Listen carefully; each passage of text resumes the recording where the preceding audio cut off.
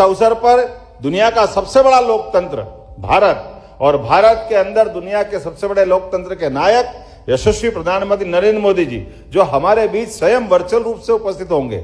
जीवन के प्रत्येक क्षण में प्रत्येक काम को, जिस काम को लगाते हाथ वो अपने आप लगता है कि कहां से कहां पहुंच जाता है।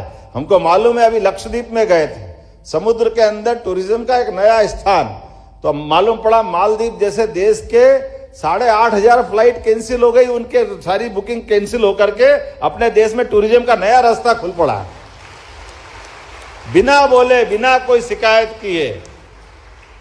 इस सारी बातों का लेकर के वर्तमान का दौर हमारे लिए अगर आइकॉन के रूप में देखे, आदर्श व्यक्तित्व के रूप में देखे, तो हमारे नरेंद्र मोदी जी का वाकई में, और नरेंद्र मोदी जी ने कितने प्रकार से, कैसे लोग चाहिए, ऐसे ही तो लोग चाहिए। जब गगनयान पे कोई कष्ट होता है, वैज्ञानिक निराश होते हैं, तो हमारे नरेंद्र मोदी जी वहां जाकर के पीठ थपथपाते और हिम्मत दिलाते, कोई बात नहीं, आगे प्रयास करो। तभी तो सूर्य के बजाय चंद्रमा के बाद हम आगे सूर्य तक भी पहुंच रहे हैं, आदित्य तक हमारा यान पहुंचा है। हमारे जीवन के सब क्षेत्रों से, रक्षा से, सुरक्षा से, जिस जिस जीवन के सारे क्षेत्रों में सरकार का दखल हो सकता है, वहां आदर्श स्थिति उत्पन्न करने के लिए यशस्वी प्रधानमंत्री हर जगह दिखाई देते हैं। और मैं उम्मीद करता हूं कि वर्तमान के दौर में खेलों को लेकर के जिस प्रकार से ओलंपिक और एशियाड में आप सबके माध्यम से हमारा प्रदेश भी आगे बढ़ रहा है और देश भी आगे बढ़ रहा है, ये लगातार आगे बढ़ता जाए।